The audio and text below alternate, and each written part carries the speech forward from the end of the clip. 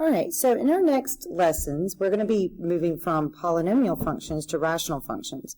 A rational function is pretty much the quotient of two polynomial functions. A good way to recognize if we have a rational function is if we see a variable in the denominator. So we're going to start out with our basic parent function of a rational function. We often call this function the reciprocal function, and you're going to see why in just a minute. So when we see that function 1 over x, think it is the reciprocal function. The reason why we call it the reciprocal function is because whatever we substitute in as our input value, our output is always the reciprocal of that number. For example, let's make a little table real quick. If we are to substitute in 1, the reciprocal of 1, or 1 divided by 1, is 1.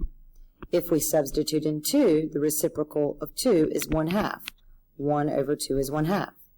If we substitute 3, 1 over 3 is 1/3. If we were to substitute 1/2, 1 divided by 1/2 is 2. If we substitute 1/3, 1 divided by 1/3 is 3. And ultimately, that's what 1 over a number means. It means the reciprocal of it. So when we go to graph these points, we have the point 1, 1, 2, 1/2, 3, 1/3. And think about as we go towards infinity. If we substitute 10, it would be 1/10. If we substitute 100, it would be 1 over 100. So as x goes to infinity, this graph is just going to get closer and closer and closer to 0. Vice versa, as x closes in on 0 from the right, the graph is just going to go off to infinity. So this looks like this in the first quadrant, where it never actually gets to the x-axis or the y-axis. Then over here on the left-hand side of the x-axis, of the y-axis, when we substitute in these negative numbers, what happens is all these numbers just become negative. So when our input's negative, our output is negative. So we pretty much have the exact same graph, but in the third quadrant. And that is why it is called the reciprocal function. It's pretty easy to graph. The main points that you need to learn is 1, 1, and -1, -1. And you do need to learn this function. It is very important.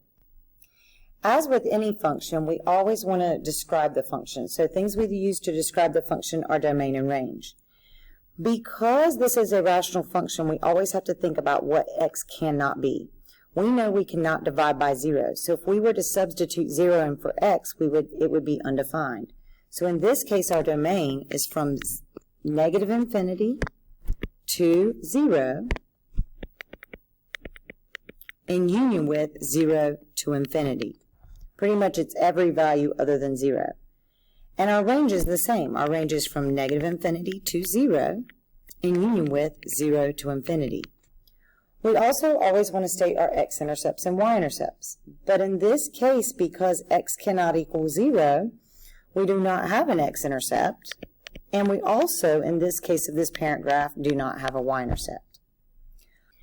Another important part of a function is describing its behavior. So when we describe in behavior, we always say, as x approaches -infinity, what is our function doing? And as x approaches infinity, what is our function doing? Unlike polynomial functions, rational functions don't necessarily go off to positive infinity and negative infinity, as you can see in this one. As x approaches to negative infinity, the actual functional values are not going off to negative infinity or positive infinity. They're actually getting closer and closer and closer to 0. So what we do is we say, as x approaches negative infinity, f of x approaches 0. However, we have to say which side it's approaching 0. So since it is approaching it from the bottom side of the x-axis, in other words, from the negative y values, we'll say f of x approaches 0 from the bottom. The little negative just means from the negative side. And then as x approaches infinity, when we look at that right arm, we would say f of x approaches 0 from the positive side, from the positive values. Something that's special about rational functions, unlike polynomial functions, is they also have what we call interior behavior.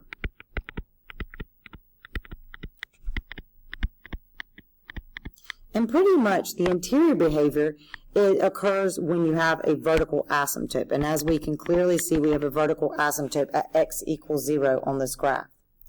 So the interior behavior is also called the asymptotic behavior. It's where you describe what happens at the vertical asymptote. So what we're going to say is as x approaches 0, and we want to talk about each side, so we're going to put a little negative behind it, and what that means is as x approaches 0 from the left, what is the function doing? And as x approaches 0 from the right, what is the function doing? So if we look at this function, as x approaches 0 from the left, if we were to trace this function from the left, as we get closer and closer to 0, we can see this function decreases without bound. So we say that f of x approaches negative infinity. And then when we talk about as x approaches 0 from the right, as we get closer and closer to 0 from the right, we can see our function increases without bound. So we say f of x approaches infinity. So for these functions, we will actually discuss the interior behavior and the end behavior. All right, so let's talk about these asymptotic behaviors. End behavior. End behavior, as x approaches positive or negative infinity, if f of x converges to a given value, then we will always have a horizontal asymptote. So if we look at our parent function up here, we can see that as x approached negative infinity and as x approached positive infinity, both our y values were converging to 0, even though they were doing it from opposite sides. That is why we have a horizontal asymptote where y is equal to 0. All right, so then for the interior behavior, we noticed that when we did our graph above, we could see that in the middle of our graph, our function increased without bound and decreased without bound. In other words, it all of a sudden just drove off to infinity and to negative infinity. And this occurred as x approached 0. So what we know from that is when we're working with rational functions, if our function approaches positive or negative infinity, as x is converging or is getting closer and closer to a specific number, for example, the one above, as x approached 0, our function dove off to infinity and negative infinity. When that happens, we will always have a vertical asymptote. And pretty much vertical asymptotes are easy to find because they occur wherever x is undefined. All right, this part is just going over some of the basic symbols. Whenever you see x approaches some number with a little negative sign in the exponent spot, that just means as x approaches a from the left, like above, as x approached 0 from the left. Where if it has a little positive behind it, that just means as x approaches that number from the right. If it's ever, where it's f of x, it means it's approaching it from the bottom. If it's negative, it's approaching it from the top if it's positive. And of course, we know what it means when we see x approaches infinity or x approaches negative infinity. Another famous rational function that we use a lot is the reciprocal of x squared. So this is our second parent function that we will need to learn. So guys, if you think about the values of your basic quadratic function y equals x squared, it's just the reciprocal of those values. So for example, if I input the x value of 1, my output is going to be 1, because 1 squared is 1 and the reciprocal of 1 is 1. However, if I input the x value of 2, the output is going to be 1/4. So all the input values, you have to square them and do the reciprocal of them. So we're going to have the point 2 1/4. If we substituted 3, it would be 3 1/9. If we substituted 1/2, it'd be 1/2 4. Now, think about what a parabola does. When we work with a parabola, when we input negative values into our x squared, they become positive, because anytime we square a negative, it becomes positive. So kind of the same thing happens here. If we input -1, when we square it, it becomes +1, and the reciprocal of 1 is 1. When we input -2, square it, that's 4. Reciprocal of 4 is 1/4. If we input -1/2, When we square it, that'd be 1/4, and the reciprocal of 1/4 is 4. So unlike 1 over x squared is graphed in the first quadrant and in the second quadrant. You'll also notice that quadratic behavior. It's not just the reciprocal of our input value, it's the reciprocal of the square of our input value.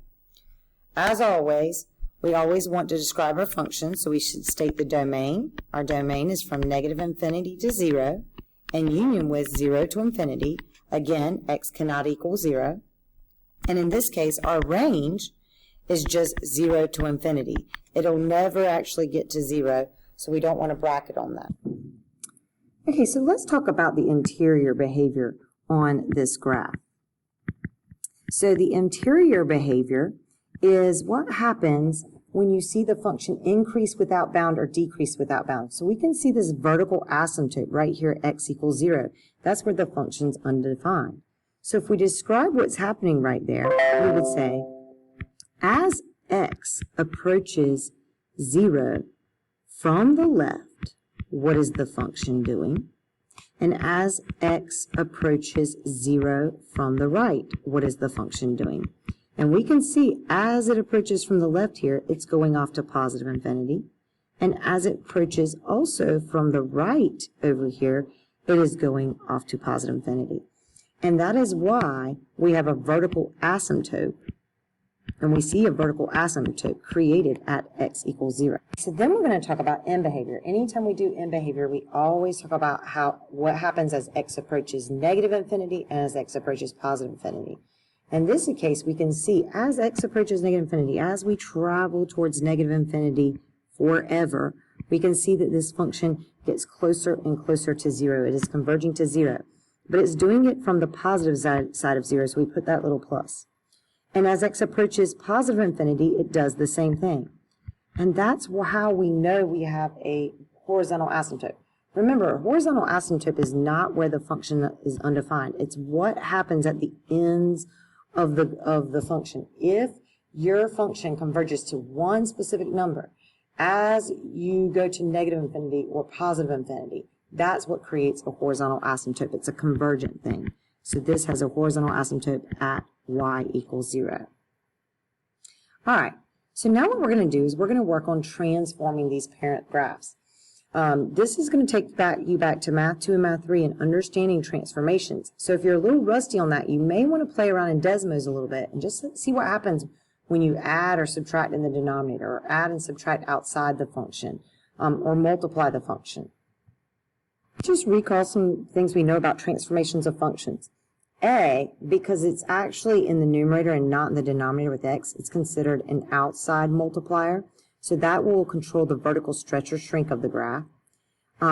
C over B will be the horizontal shift. A lot of times the B won't be there. If it's just x plus a number or x minus a number, that'll be it. But if you do throw that B in there, remember what creates that vertical asymptote is any time this denominator becomes 0. So if you think about it, if you were to take B x minus c and set it equal to 0 and solve, you would add c over and divide by b, so you would get that horizontal asymptote is at c divided by b. And that's the value that would make that denominator equal to 0, which is what makes the function undefined. So you may want to add that over here. It also is where we have that vertical asymptote. We'd have a vertical asymptote at c over b. The plus d in the back, that's what shifts our graph up and down. So that's going to be our vertical shift. And so if we do have a vertical shift, that is going to move our horizontal asymptote. So our horizontal asymptote will be at y equals d. And again, if you're a little rusty on this, play in Desmos, see what happens. But I will say for these problems, these are no calculator type problems. This lesson, you should be able to graph those parent graphs and transform those parent graphs without the use of your calculator. Okay, so let's do one. The first thing we want to ask ourselves is, what is different about this from our parent function? And remember, that parent graph is that graph y equals 1 over x. Sometimes it'll be y equals 1 over x squared, but this one doesn't have the x squared. So what would make that different? Well, there's two things. I see that 2 in there and that minus 3. So because that 2 is in the numerator, that is going to make our graph vertically stretch by a factor of 2. And then because we have that minus 3 in the denominator, that is a horizontal shift, and it's always the opposite of what you think. When we subtract 3, it actually moves right 3. If we were to add 3, it would actually move left 3. And another way you can think about it is, remember, in order to get your vertical asymptote, you would set the denominator equal to 0 and solve. So, because we want to know what value would make the denominator undefined, that's what gives us our vertical asymptotes. So if we set x minus 3 equal to 0 and solved it, it would be at x equals 3, not at x equals negative 3. So I'm going to go ahead and go over to my graph and put that on here. Because we did not shift this graph up or down, we did not add or subtract any numbers on the outside of the function, our horizontal asymptote should remain at y equals 0. But I'm still going to go ahead and kind of put that dashed line on there so that we can see that. And let's make sure we state that. So we have a horizontal asymptote at y equals 0. All right, once we get our asymptotes on here, what I do is I pretend that my asymptotes are my x and y axis. If you do that, all you have to do is then graph your parent function, or maybe a stretch or shrink of your parent function. Now in this case, if all it had have been was right 3, so this isn't going to be the final graph, but I just want to show you all this real quick. If all it had been was right 3, and we hadn't had that 2 in the numerator, we would have then just graphed our reciprocal function right here. We've been like, yeah, it has that really important point, 1, 1, and then that really important point, negative 1, and we would have graphed it. However, we do have that 2 there, and what that 2 does is stretch the graph vertically by a factor of 2. So what that means is every point you have on that original reciprocal function, you're going to double the y values. So instead of having 1, 1, we're going to have 1, 2. Instead of having 2 1/2, we're going to have 2, 1. And once you get that idea down, then you just kind of go with it. You don't need to get a million points on these. Just get enough so that you can get the general shape. I mean, I'm not sitting here, I'm not going to check for like 10 points or anything, but you want at least a couple of good points to get the general graph going, and then you can use your asymptotes to guide your graph. So same thing on this side. Instead of having that -1, -1, you're going to have -1, -2. Instead of having -2, -1/2, you're going to have -2, -1. Now again, when I'm saying these values, I'm pretending that these dashed lines are my x and y axis. If not, it just makes it extremely difficult. So once you get that shift in there, you just pretend, like where these little dash lines meet, I pretend that's the origin and then get our points from there. All right, we want to state the domain and the range. So for this graph, our domain is all real numbers except for 3. That's the only value that would make our denominator equal to 0. So we'll say from -infinity to 3 and union with 3 to infinity. Our range is all real numbers except for 0. So we'll say from -infinity to 0 and union with 0 to infinity. To do the end behavior and the interior behavior. So I'm going to start with the end behavior. Our end behavior is as x approaches -infinity, what is our function doing? And as x approaches infinity, what is our function doing?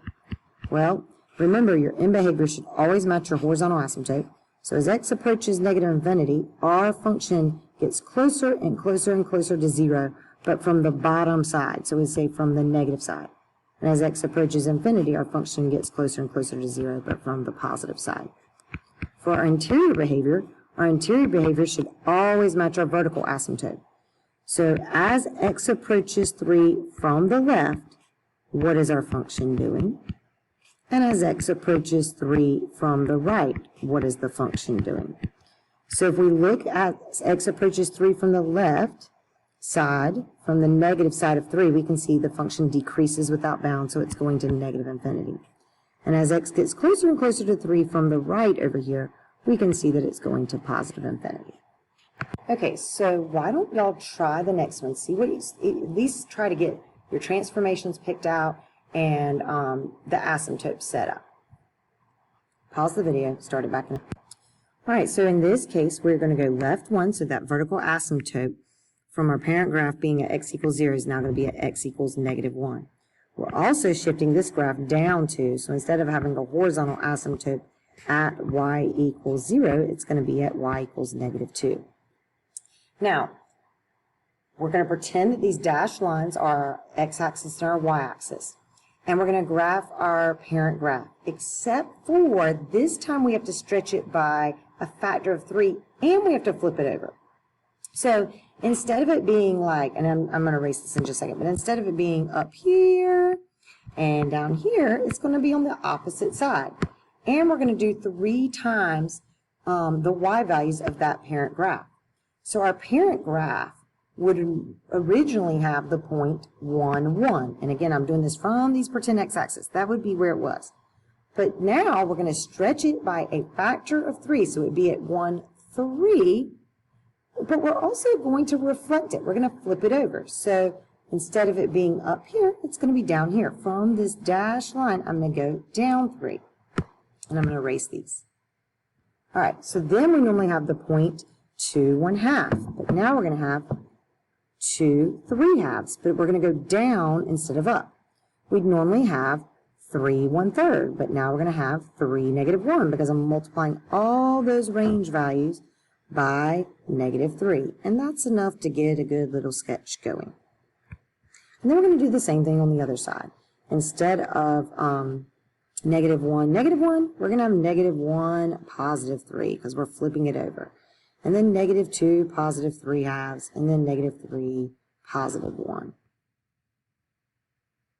And this is why it's so important to understand how functions behave and understand those parent graphs so we can transform them easily.